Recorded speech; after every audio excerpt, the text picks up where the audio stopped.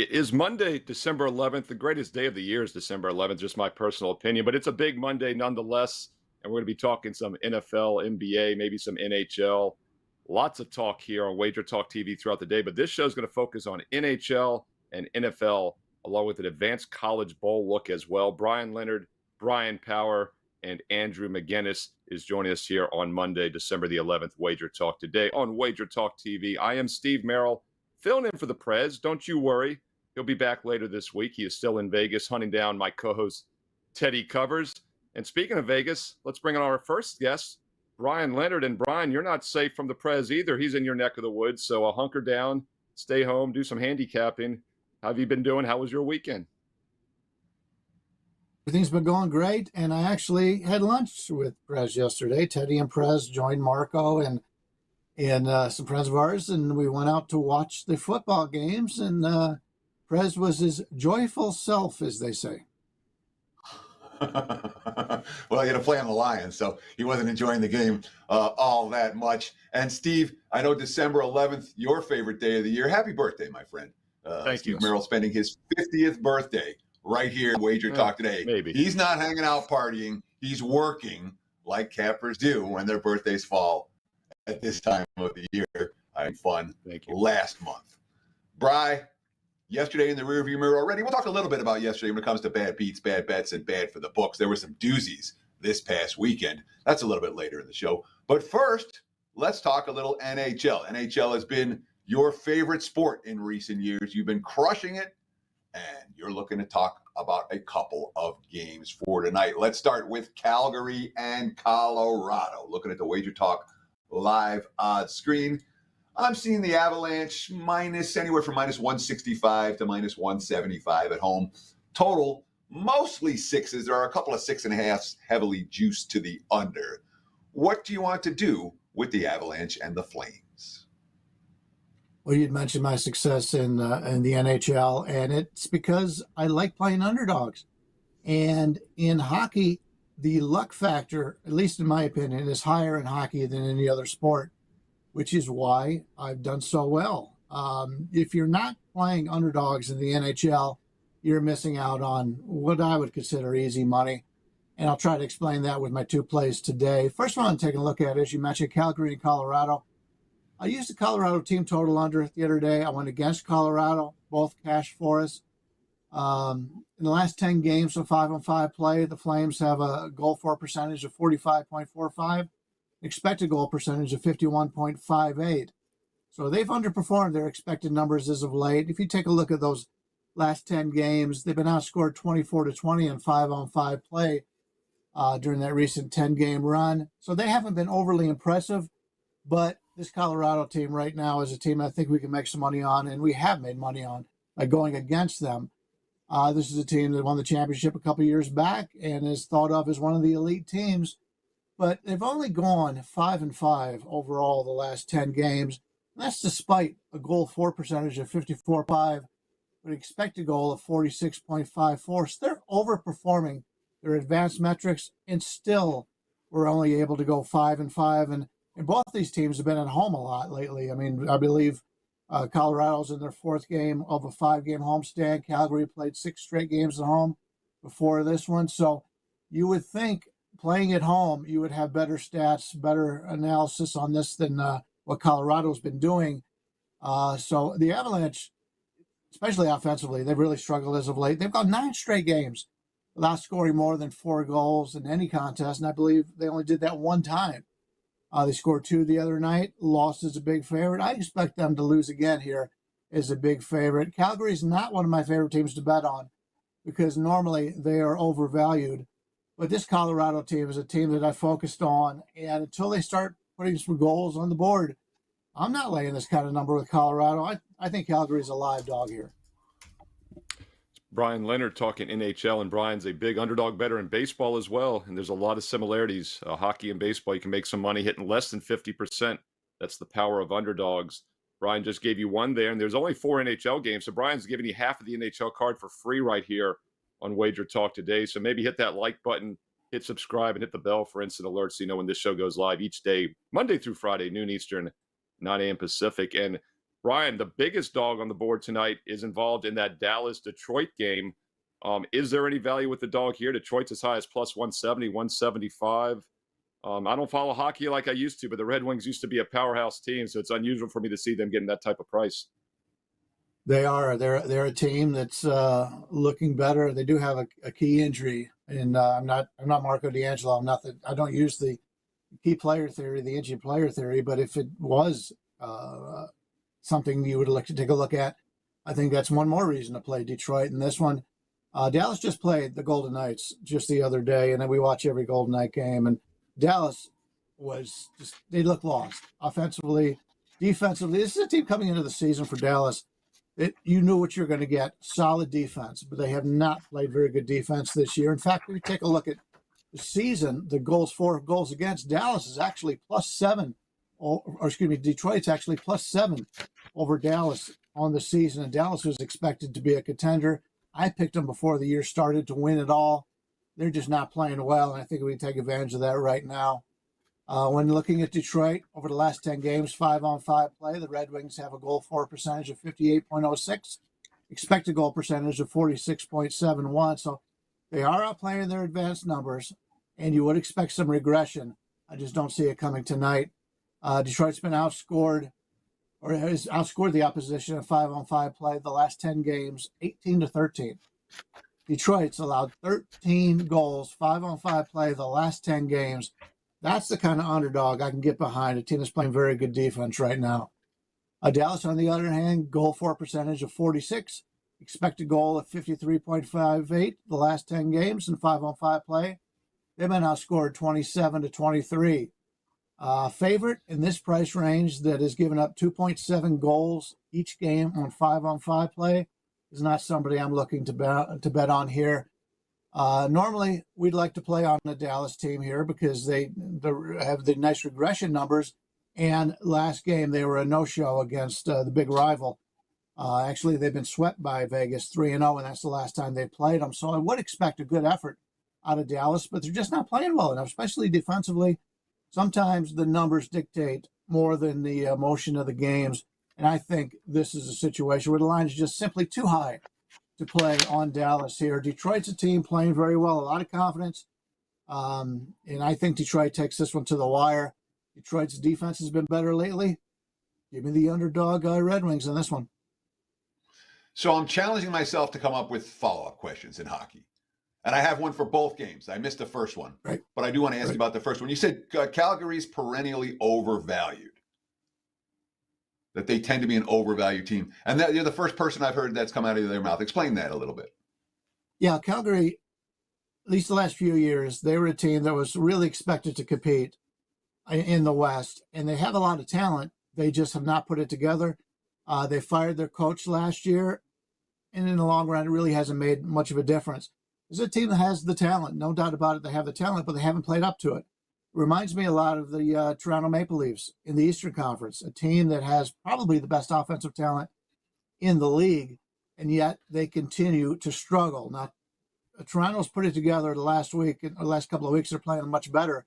I expect Calgary to do some of the same. The best way to make money in hockey is to play on teams who weren't expected to do well and have done well, like the Arizona Coyotes, like San Jose started the season. They would go 0-10-1. And I remember going into one of our chats after the videos, and a guy said, "Let's just play against San Jose the whole season long because they're terrible." And I said, "That's exactly the opposite of what you should do when you're betting for a living. Everybody knows the team stinks. You're never going to get any value." And here we are, San Jose. Like the last 16 games, they've gone 8-8, and they're in the plus 200 range just about every time they play. They almost beat the Golden Knights, the team with the best record in the NHL last night, and the Golden Knights were like a 320 favorite. So that's how you make money. You bet on the teams that people assume are bad, and you bet against the teams that people assume are good when they just don't have it. And Colorado hasn't had it this year. They haven't been nearly as good. And if you take a look at what they've done on the season, they're graded out as one of the elite teams. They're not playing elite hockey right now. Give me Calgary. So the other follow-up I had was you were talking about the 5-on-5 play. in Detroit and Dallas. And certainly from the 5-on-5 stats, it makes a ton of sense to take Detroit. My question is there a big difference in the number of penalties these two teams take? And would you expect the Red Wings to have some issues when they're not in 5-on-5 play? Detroit doesn't have a lot of penalties. They're a pretty well-balanced team that doesn't put themselves in a position where they have to have a lot of penalties. The reason why I use the 5-on-5 is when the game starts, we know the vast majority of the game is going to be on 5-on-5. There are power plays, no doubt about it. Certain teams like Toronto, traditionally, they're not this year, but traditionally they're very good on the power play. Edmonton's great on the power play. But until the penalties are called, we don't really know the situation. So that's something that is more of a guesswork, something you could play better in live betting when those opportunities exist. And every game is different. Some games are called tight, some games are loose. And that's one of the reasons why you get certain teams that play a lot of overs, because they've got a great power play and they can draw those penalties. Edmonton is one. And when you think about Edmonton, that's the first thing you think of is goals for the Oilers and high-scoring games. But if there's no penalties in the games, it's totally different. So that's why I use the 5-on-5, because you're going to get that for the majority of the game. But yeah, you always have, if Detroit comes out and has 4 penalties to Dallas 1, and Dallas is on in their power play, that's going to be a huge difference. But the majority of the game is played 5-on-5, and that's what I try to look at. Bryan Leonard, WagerTalk.com. Brian just gave you 2 of the 4 NHL games, both underdogs, for free here on the show. And Brian, you got a big Monday actually on your page at WagerTalk.com. If I'm not mistaken, both NHL and college basketball best bets for Monday. Tell us about those. Yeah, I put everything in one package today. $19, you get everything we have. One play in college basketball on a nice 20-10 run. We've had a lot of success in college basketball the last few years. Also 33-13 in the NHL. And as you can see here, I like to play a lot of underdogs. I believe I had a plus 175 play either last night or the night before. So there's a lot of underdogs that we use, and still with that 33-13 record. Number 1 in net profit this year in the NHL, number 1 in net profit in the history of WagerTalk in the NHL. If you like betting hockey, I would suggest to get a hold of our package to the rest of the 2023 year. Right now, it's a tremendous series right now, savings right now in that regard through the end of the year. And today's the last day on that great special, so you want to get that. And college basketball and hockey is where I've been focusing all my energy lately, and they've both been hot. So can't complain about that at all. If you like winning, grab today's package.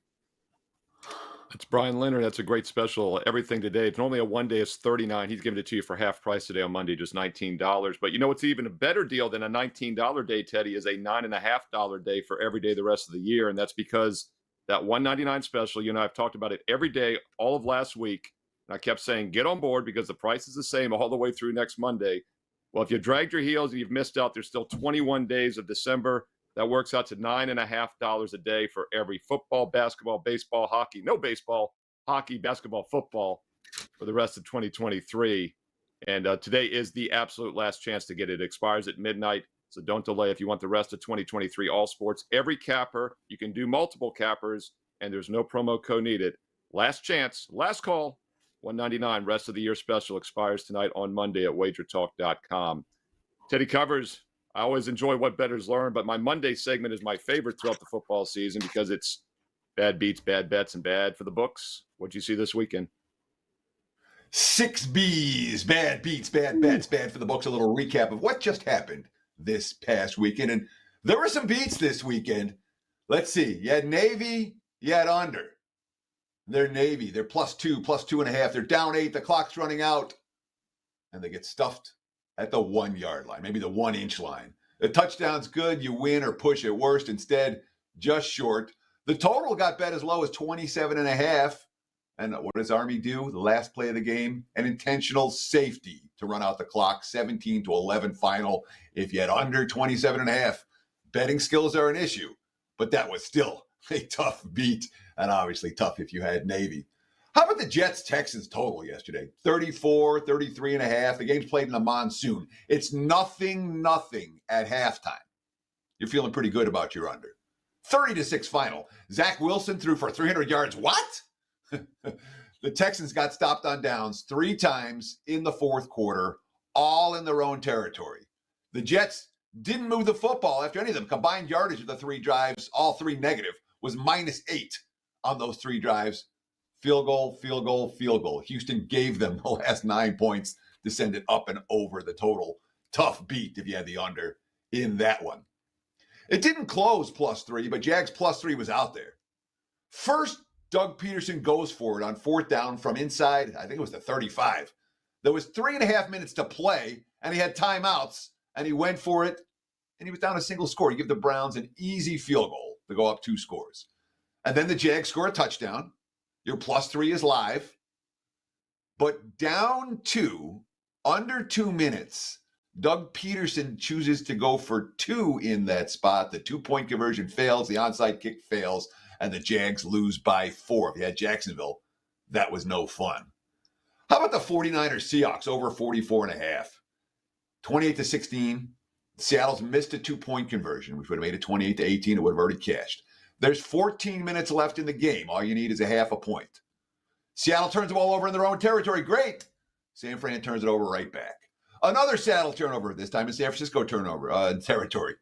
49ers right down the field. They get to the Seattle 22 just in time to take a knee. Yeah, that was a pretty big missed 2-point conversion and a rough fourth quarter for over-bettors for the 49ers and the Seahawks. When it comes to bad bets, they were steaming up San Francisco yesterday.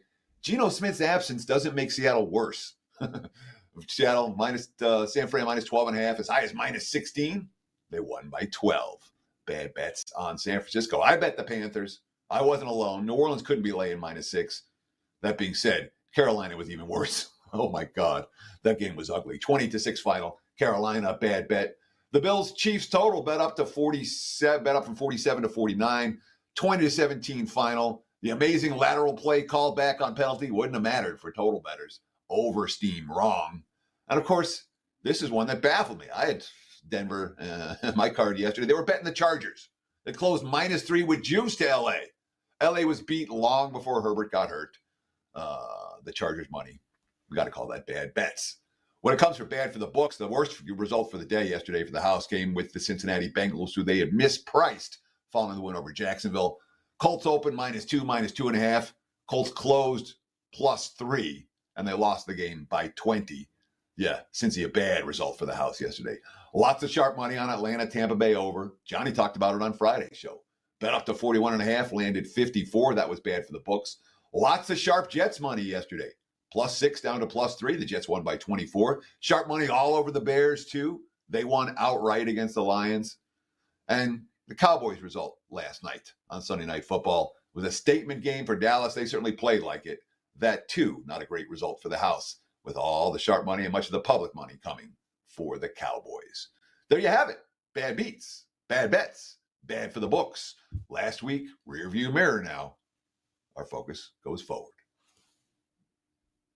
Yeah, Teddy, that Army-Navy game was one for the ages because I did a standalone video earlier in the week, of course, here on WagerTalk TV, and then I talked about it on Last Call Saturday with Joe Ranieri and company, and I mentioned how 28's a key number. It's 4 touchdowns, right? Maybe 21-7, 28-0, 17-11, but just crazy. And that line, the look ahead the week before was 32. Quickly went down to 28.5, 28 Monday when I was doing the advanced video. And then during the week, it was 27.5 all week until Friday. It went back to 28. And then on Saturday when I was doing Last Call, we saw some 28.5s out there. So there's no question you could win, push, lose, depending on when you played that. So really remarkable. And like you said, Navy had a chance to punch it in, didn't get it. And the Army takes the safety, which is the right play. So that was a precursor for what's going to come on Sunday. And you covered a lot of the bad beats, bad bets, bad for the books this weekend in the NFL. Hey, viewers, comment below. Let us know in the comments if any of these affected you, good or bad, because on every other side of a bad beat, theoretically, there's a good beat.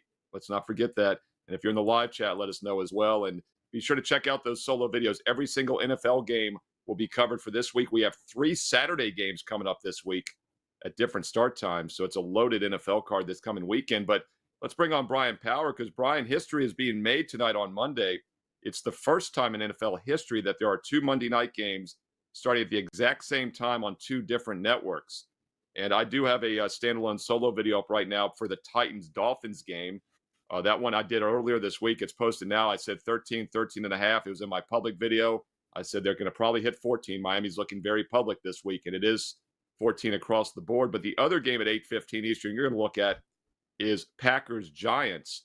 And Packers also getting a little bit of a public lean as well. Both favorites are getting some public money tonight. Currently sitting 6, though, across the board. Totals at 37, a very key number for over-unders. So, Brian, break this down for us. How do you think we should play this tonight?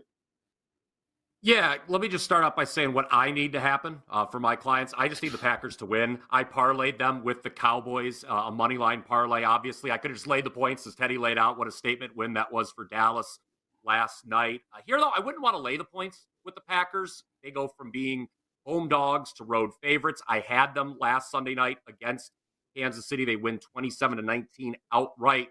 Should be pointed out, though, the Packers have just 2 wins this season by more than one possession. Week 1 against the Bears, and then last month at home against the Brett Rippon-led version of the Rams. But make no mistake about it, guys. I thought last week's win over the Chiefs was quite impressive when you consider it was the first time in Patrick Mahomes' career that he scored more than 9 points and never had a lead at any point in the game. Now, the second time that ever happened was yesterday against the Bills, so maybe something is going on in Kansas City. Certainly the offense isn't what it used to be, but I thought it was a strong showing from Jordan Love. I'm not a big eye test guy, but as I watched that game, the Packers looked like a playoff team to me. Meanwhile, you got the Giants. Yes, they're off a bye and back-to-back wins before that, but they were actually outgained in both those victories. And let's look at the 4 teams the Giants have beaten this year, shall we? Commanders twice, Cardinals, and Patriots. I think we would all agree those are 3 of the bottom 5 teams in the league. And the Packers, even if you're not a true believer, at worst, a middle-of-the-road team in the power ratings. It's actually been 29 days since either of these teams lost, guys. That's quite the stat there. But I just don't see the Giants winning a 3rd straight game with Tommy DeVito at quarterback. Again, outgained in back-to-back wins, outgained 5 straight games, 9 of 12 this season. So what I would do here is, if you weren't already on my play and paired a Packers win with the Cowboys, I would just tease them down. And I would tease them down with the team that's playing the Giants next week, the Saints. Now, I was on the program last week, as Teddy recalls, and said I would never lay points with the Saints, and I liked the Panthers, and that was wrong. But I just have no hesitation whatsoever fading the Giants back-to-back games. I think this is a team that, despite the back-to-back wins, is not very good. You'll remember a few weeks ago, they were getting over a field goal at home against the Patriots. Yes, they covered, but they were outgained. So I'm just on the Packers to win. If you wanted a middle, I guess you could take the points with the Giants, but I don't think the Giants are winning this football game, guys. So, I mean, the Giants, for as bad as they've been, and it's been an ugly year for New York, they play better of late. DeVito's shown some promise. The defense has been there. You talked about how the Packers struggled to win games by margin. Is this an opinion because you're coming on the show and you have to talk about Monday Night Football, or is this something that you really believe and that this is something you're going to have money on? You invite your clients to put money on? No, absolutely. Like I said, I mean, I have the Packers part, that money line parlay. That was a client release along with Dallas. It was. So, and if you missed it, absolutely, I would tease them with something next week. I gave you teasing against the Giants next week as an example. If there's something you like, the Rams are another potential teaser option next week. There were a few others that are off the top of my head. But no, I absolutely believe Green Bay is winning this game. I know that, like I said, yes, the Giants have played better, quote unquote, recently, but look who they beat. Again, it was the Commanders, who are one of the 2 worst teams in the league. I actually have the Commanders rated slightly below the Giants. And then the Patriots, a 10-7 game where the Giants were outgained. And here's the other thing, guys. 2 more things, actually. Packers head coach Matt LaFleur, pretty good in December. 16 straight wins in the month of December. And the Giants, they have played 4 times in prime time this year. How have they performed? They've been outscored by an average of 21 points per game, 84 points total. So when the bright lights are on, the Giants tend to shrink. Brian Power talking about Monday Night Football. Once again, 2 Monday Night Football games, both at 8:15 Eastern, one on ESPN, one on ABC. First time in history that's happened. And we have multiple solo single game videos previewing both of them right here on WagerTalk TV. So check those out after this show. And also, my NFL Fade the Public video still has some shelf life. Both of the Monday night games are analyzed in that as well. So if you didn't watch it this weekend, that's up still as well. My Week 14 Fade the Public video has insight on both NFL games tonight on Monday as well. All right, Brian, the college football bowl action starts big time this Saturday, runs through the next several weeks. So we're going to do some advanced bowl looks this week. Teddy's got a big game breakdown coming in a little bit on a bowl game, but you're going to look at the Myrtle Beach Bowl. The names change every year. The Myrtle Beach Bowl. Sounds like a good one to go to if the weather's nice. Georgia Southern, Ohio. Oh, my goodness. The Bobcats. Your Ohio Bobcats. You going, yes. Brian? You going to Myrtle Beach? What are you doing in this game? I will not be going to Myrtle Beach. I will be watching, though, the alma mater, and I will be fading them. By the way, you talked about those standalone Monday Night Football videos. The only thing better than watching Steve Merrill break down Dolphins-Titans would be also then going and watching Brian Power breaking down Dolphins-Titans, because I also did a video on that game. Nice. So you can get back-to-back insights from the two of us. And Ohio U here, I'm going to fade the alma mater. And I'm going to do that because they're going to be heading to Myrtle Beach without what? Their starting quarterback, their best wide receiver, and their top two running backs, not to mention C.J. Harris, who has been a reliable backup option when Rourke, starting quarterback, has been hurt in the past. He's injured, too. So we're looking at Parker Navarro starting for Ohio in the Myrtle Beach Bowl. He has 65 yards passing this year. I believe all of them came in the game against FCS Long Island. And so here's the deal with Ohio, guys. It was a much different team than last year. Okay, last year, the team, particularly in the first half, was carried by the offense. Tim Albin, the head coach down in Athens, he's really improved this defense. I'll get to that momentarily. But this offense had their points per game, even with Rourke in there at quarterback, and Rourke's hit the transfer portal, just to clarify there, as have the top two running backs.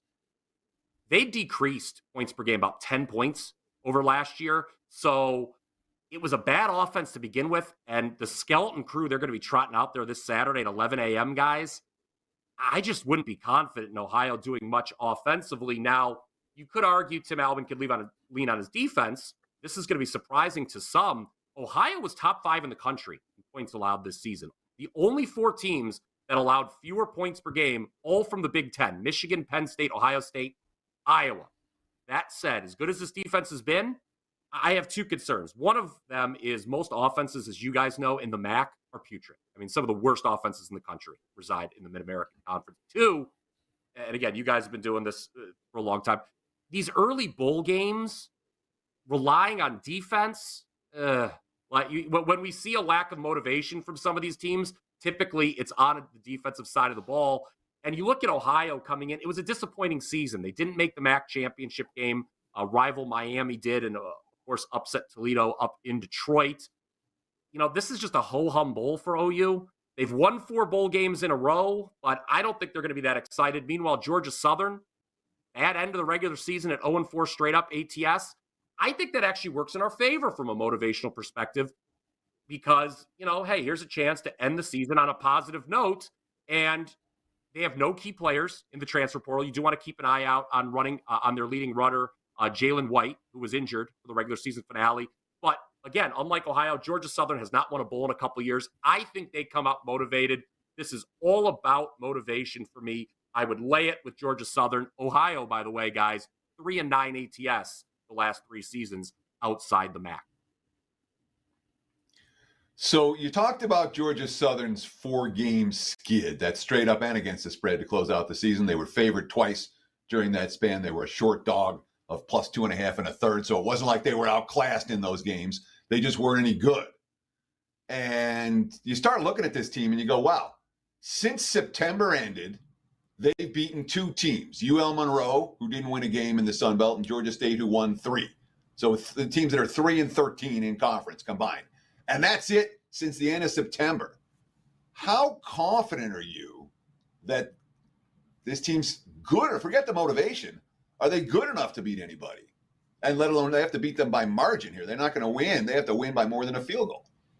Yeah, absolutely. The markets come in. We're not the only people who know this news about Ohio. Look, I think what you have to do, and it's getting more and more challenging each and every year, sort of being willing to separate the regular season from the bowls, right? I do think this one comes down to as simple as motivation, Teddy. I just think Ohio, what's going to show up on the field is just really bad, and Georgia Southern, they're going to take this game seriously. a game like the Myrtle Beach Bowl, if you want to win it and the other team might not, I just think it's that simple.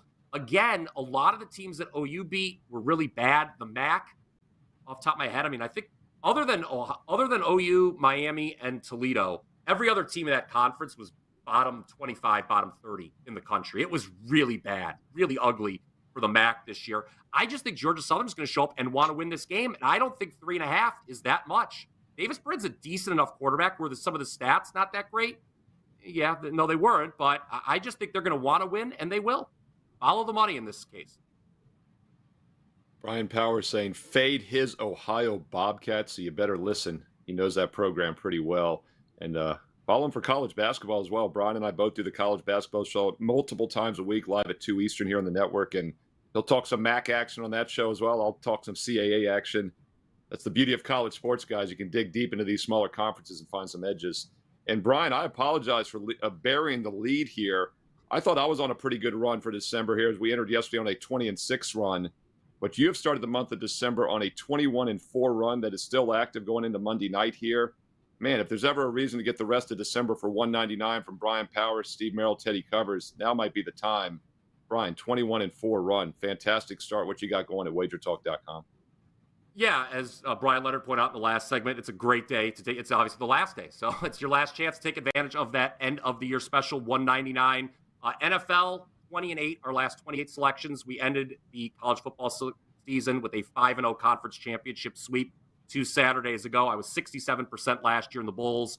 We're up 85 units in basketball going back to January, hitting 60% this year, both NBA and college. The run was 19-1 entering yesterday. It was I think it was the best run of my career. I was digging deep, trying to find a time where I'd done better than 19-1 over 20 plays. I don't think I've ever won 20 straight, so we'll call that the best run of my career. NFL, we were 2-2, and we missed on college hoops. It was our first college hoops loser of the month, but I will still take 21-4 over 25 plays anytime. You can find me, WT.buzz/BP. We'll be attacking these bowl games, and I will have my first play for NFL Sunday out later today. It's Brian Power on a mere 21-4 all sports run for December. Maybe not a bad guy to pick up for the rest of December for $199. Teddy Covers, Steve Merrill, not bad as well. Teddy and I have both been red hot also the last couple months. And Teddy, you know, Brian mentions that red hot run. He went just 2-3 yesterday, 19-1. Now he's 21-4. It's like a lot of people out there will think, oh, he is due for a correction. Well, that's fine. But if he goes 3-2 every day for the rest of the month, he's still 60%, you know, and his win percentage will come down, but it's still profitable. So just shows once again why you don't want to try to time the market, try to time handicappers. Lock in, get a subscription, play consistently every day, ride the hot streaks, weather the occasional down day, and come out ahead when it's all said and done. And right now, the $199 rest of December special is a great way to try that. The bowl games start this Saturday, college and pro basketball every day. NFL is here, of course. We got 2 Monday night games, 3 Saturday games, huge Sunday. Great time to try that out at WagerTalk.com. All right, Teddy, let's keep it going with some bowl talk here. Myrtle Beach, a decent place to visit. This time of year, New Mexico is nice and warm as well. Give me something in the New Mexico Bowl. New Mexico may not be quite as warm as you think it's going to be for this bowl game. Let's talk the New Mexico Bowl this coming Saturday. Right now, look at the Wager Talk live odds screen. I'm seeing the New Mexico State Aggies -3.5, total of 51 against the Fresno State Bulldogs. For New Mexico State, it looks like their starting quarterback, Diego Pavia, is expected to play. He suffered a shoulder injury in their loss to Liberty in the CUSA title game. He's expected to be good to go, as is Eli Stowers, who has been a key player for them, a key playmaker for them at wide receiver this season. He appears to have recovered from a concussion he suffered against Liberty. In general, in bowl games, I'm going to start with the dog and work to the favorite. I want to say, I'm looking for cases to make for underdogs at this time of year. I tried to make a case here for Fresno. I don't want Fresno in this game. All right. Head coach Jeff Tedford has stepped away from the team to deal with health issues. You got Tim Skipper filling in. His quotes, the team's quotes, not exactly inspiring, shall we say. Here's Skipper. We found ways to win against, oh crap, I just lost it. We found ways to win against Purdue and Eastern Washington early in the season. We have to find a way to win again. We got worn down, had some injuries, lost the last three. We have to get our personality back, and our focus is how do we want to end? How do we want people to look at us? This team didn't just lose the last three. They got destroyed the last three against the spread. Against San Jose State, they were plus 2.5. They lost that game by 24. They were -3 against New Mexico. They lost that game by 8 as 23-point favorites. They were -5 to an awful San Diego State team. They lost that game by 15. So each of their last three losses by more than 3 touchdowns against the point spread. Sophomore quarterback Mikey Keene, he's got 1 touchdown in those 3 games combined. 1 pass longer than 20 yards in those 3 games combined, and he's not a rushing threat. The defense hasn't held an opponent that's under 24 since September. For New Mexico State, they're thrilled about this game. They're excited to be in a bowl. Jerry Kill won them a bowl game last year as an underdog. All right, they beat Bowling Green. Every sharp dollar has shown on the Aggies for this contest. I worry about the defense, but Jerry Kill with time to repair is worth something. New Mexico State, -3.5. You don't get the best of the number, but you got the better team playing better football. The only loss they've suffered since September. Straight up or against the spread with that loss in their last game where the quarterback got hurt. Aggies, minus the spot. There's your big game breakdown. Back to you, Mr. Merrill.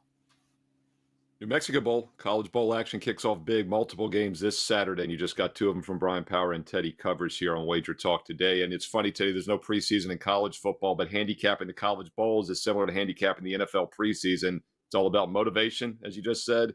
It's about who's playing. Who's the quarterback? Is he there anymore? Is the coach there? And it comes full circle. This is how we handicap the NFL in August. Now this is how we handicap college football in late December. We'll talk a lot more about the bowls throughout the week here. There will also be numerous standalone solo videos for the bowl games starting this week on WagerTalk TV. So hit subscribe and hit that bell for instant alerts. Let's bring on Andrew McInnis, get back to Monday Night Football. You know, Andrew's been doing great with NFL props. A perfect 3-0 sweep in the NFL yesterday on Sunday, Andrew. Congratulations. And you're going to give us something in both Monday night games here. So let's start off with that Titans-Dolphins game at 8:15 Eastern on ESPN. What are you looking at here? Good to be here with you guys. And Steve, happy birthday, man. Happy 35th. Thank you. Looking great as always. Look, I have one play in each game. 7-1 NFL run for, yesterday, like you mentioned. And looking at kind of some unique props here. Start with Tyreek Hill, right? Everybody, I've been hearing regression. When's the guy going to slow down? And people talk about squares and sharps. I know you do your fade the public, but I'll tell you what, Steve, if you were doing a fade the public video on props, it wouldn't really be good if you were trying to fade anything to do with Tyreek this year. Receptions, longest reception, yard, whatever it might be, to anytime touchdown. Sometimes guys just continue to play very well. What I'm looking at here today, guys, is Tyreek Hill's longest reception over 30.5 yards. What's so great about this one is that you don't need him to go over his receiving yards altogether. You don't need him to go over his receptions altogether. All you need is that one great play. And what's interesting is the Titans rank number 22 in passing yards allowed, but just ranked number 10 as far as pass attempts allowed. And really, as far as, the depth of target, that's the biggest problem for them. They do give up that big play. Last week, they gave up a 55-yard completion to the Colts. 3 weeks ago, a 34-yard completion to the Jags. 10 of their 12 games they've played this season, they've given up at least one 31 or higher reception to their opponent. So Tyreek Hill, to me, he's so explosive. There's been so many funny media clips going around about how teams just aren't doubling him. Even if they do, it's not seeming to work. And the best part about this prop, like I said, is you just need one. He has at least one reception of 30-plus yards in 8 of his 12 games this season. And one thing I've noticed lately about the Miami Dolphins, as we talked about this morning on Prop It Up, there's so many mouths to feed on this Dolphins team. There's a lot of talent out there, several receivers, 2 guys sharing the load there in the running back room. So I don't really want to look at his full yardage. Not saying he couldn't get that, but just focusing on one great play over 30.5 longest completion or reception. So here's my biggest concern with that, because look, I mean, it makes a ton of sense to be betting on Hill, and he's gone over this number 6 of the last 8 games, and one of the 2 that he didn't go over, he was right there. He was a couple of yards short. But Miami's a 14-point favorite in this game. Tennessee's without Jeffrey Simmons, who's their defensive run stopper in the middle of that defensive line. Isn't this a game where the Dolphins are just going to hand the ball off 50 times? Are they going to be throwing tonight? Because my sense is that they're not. I agree with you. That's why I'm not on the yards. I think that everybody says that when there's a blowout, they're going to run the ball a lot. Look at the point spread. They're going to have to run the ball a lot. But I feel like a lot of times on Prop It Up, we talk about this all the time. You have to score to get to that blowout, right? They're not starting with a 14-point lead. They have to do something to get that lead, right? So I think some part of the success of getting to that lead they're going to have. And you know how it is. I mean, prop bettors are going to be out tonight. The same game parlay guys. I mean, Teddy, we've talked about over the past few weeks when I've been happy to be on here with you guys. I've tried to bring it with some unders, right? But in this game, you want to try and find an over, I think, and Tyreek over his longest reception is the best way to go. And I'm not going to lie to you guys. It always feels great when you kind of isolate something like this and he goes under his yards. Like, I'd honestly love that for him to go under his receiving yards because of what Teddy said. And yet he still gets that longest reception. That'd be a good feeling. Yeah, I mean, trying to fade Tyreek Hill is pretty risky because he can get this, at any point on one play. He's the most explosive guy in the NFL, so it's always risky there, and that's why it continues to work. And fading that has not been a good move. All right, that's the one game at 8:15 Eastern. That's the ESPN game, Titans-Dolphins. The other game is on ABC, exact same kickoff time, Packers at the Giants. What's something you're looking in here, Andrew? Guys, there's the rushing yards, then there's the rushing plus receiving combo bet you can look at. And a lot of times when I look at that wager, I'm looking towards unders. So at first, I was going to look towards the under on rushing yards for Saquon Barkley, kind of throwing a pivot at you guys and just going with the combo bet, rushing plus receiving. That number is 93.5 here. And the simple fact is, number one, over the past few weeks here for this Packers team, their offense has changed. They've looked like a whole new team. In fact, they've had better success against strong teams than they seem to have against weaker teams. But a lot of that is time of possession. They've been holding on to the ball a ton. They're about middle of the pack, whereas they were near the bottom of the league as far as time of possession. A lot more dink and dunk, not really huge throws downfield despite having that a little bit. And I believe that takes away time for the Giants to be able to make plays. And then when they do have the ball and if they are down, I feel like they will not be able to run the ball. And I like getting that receiving kicker into this prop because, frankly, unless it's kind of been a tight game or a game that the Giants have had any hope in, we're not really seeing Saquon Barkley be involved in the receiving game here.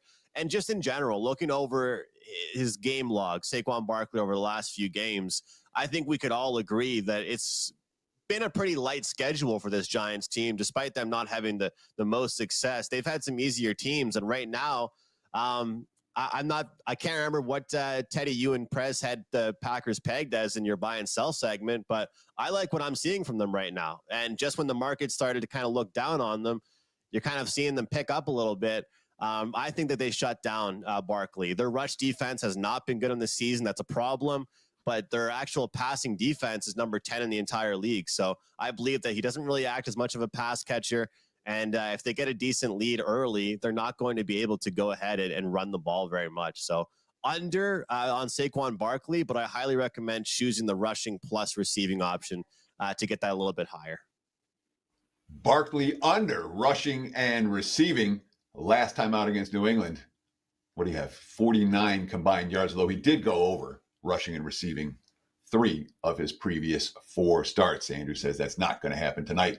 Mr. McInnis, what do you have to promote, my friend? So yesterday, I liked a ton. And it's been a battle for me trying to be a low volume guy, but it works out. 3-0 sweep yesterday in the NFL. I've got one best bet trying to cap off the week with a 4-0. One prop play, one best bet is not one of the 2 that I mentioned here. So you can grab that over at WagerTalk. 7-1 NFL run on a huge run in the NHL market as well with the totals. You can get my best bet up in the NHL. It is a team total play. But as you can see that lovely graphic next to me, don't buy one play. Don't get one day. Take advantage of the end of the year special. It's a great time. And there's so many sports going on right now, guys. Those all sports packages are the best. So guys, enjoy the games. And Steve, enjoy your celebrating tonight, buddy. Thank you, Andrew. Andrew McInnis, WagerTalk.com. Hockey, NFL player props. He's one of the best. And by the way, the live chat's been booming. I just checked it. Thank you to everybody for the happy birthday wishes in the live chat. And also comment below Let us know your thoughts on these games. You can watch this video, of course, 24/7 here on WagerTalk TV. Check out college basketball show at 2 o'clock Eastern, NBA tip-off show at 4 Eastern today on Monday. Teddy covers opening line report, I believe, right around the corner. And also, we'll be back tomorrow at noon Eastern here. And on the way out, don't forget, last chance. I know I keep saying it. Last call, $199 for the rest of the calendar year. Every sport, every day, every capper you want to use it on. No limit and no promo code needed. It expires tonight. This is absolutely your last chance to get the rest of the year for just $9.50 a day. All sports, all access. Teddy covers. You're on a red-hot run as well. I'm on a 22-8 run. We mentioned Brian Powers, 21-4 starts of the month. Teddy going back to mid-November is now 42-19. Load up with multiple cappers for the $199 special and finish your year right at WagerTalk.com. Teddy, I'll be back with you tomorrow, Tuesday and Wednesday, to do this again here. Take us home. I look forward to that, Steve. And of course, you stay tuned right here on the Wager Talk YouTube channel. The NFL opening line report, myself with Drew Martin, 13 minutes from now. That's going to wrap it for the Monday edition of Wager Talk Today. Like Steve said, we'll do it again tomorrow, 9 a.m. here on the left coast, noon for you back east.